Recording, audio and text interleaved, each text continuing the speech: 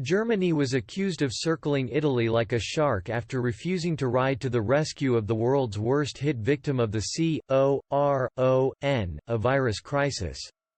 Berlin ignored Rome's desperate call to the European Union as it emerged the bloc's richest economy would once again refuse to sign up to an emergency rescue package. The influential capital continued to oppose the so-called coronabonds measure despite desperate calls from Italian Prime Minister Giuseppe Conte for the joint debt mechanism to rescue his economy from the brink of collapse. The backlash has sparked fears that Rome could decide to chart its own course outside the EU if richer member states refuse to rally support it. Germany has been reluctant to create new measures to assist countries ravished by the coronavirus outbreak. Finance Minister Olaf Scholz said, "We have the possibility to. From my point of view it's especially important to ensure that if a country says it wants to use these funds, that there's not then a load of commissioners who go there and first spend weeks discussing with them how they should change their policies in the coming years." He added, "We will help, we must help, it's also in our interests. There are opportunities via the European Stability Mechanism, and without using instruments to torture, to financially cushion everything to do with coronavirus."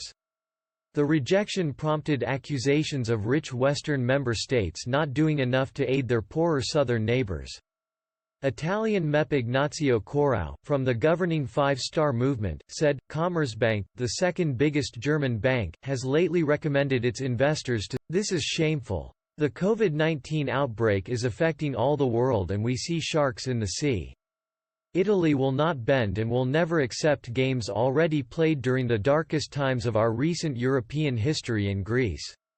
Europe must be united. 14 European countries have backed the Italian coronabond proposal. It is the only way to sort out our difficulties. Solidarity means solidarity, not loans with an interest rate.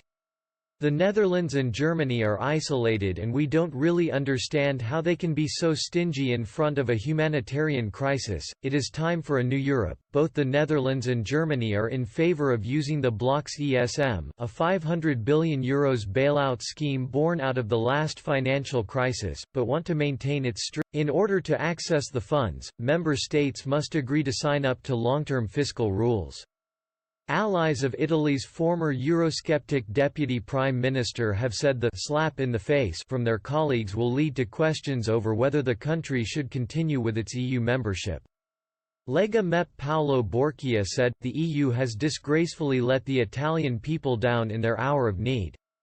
When we really needed help and solidarity, all we got from the European Union was a huge fine. The ECB also did damage by making our debt management more expensive.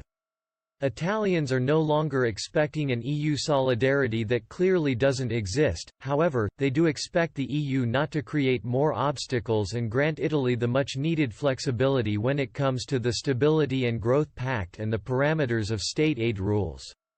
If the EU gets once again in the way, it would be a new intolerable slap in the face for Italian people and make us question why we remain in a political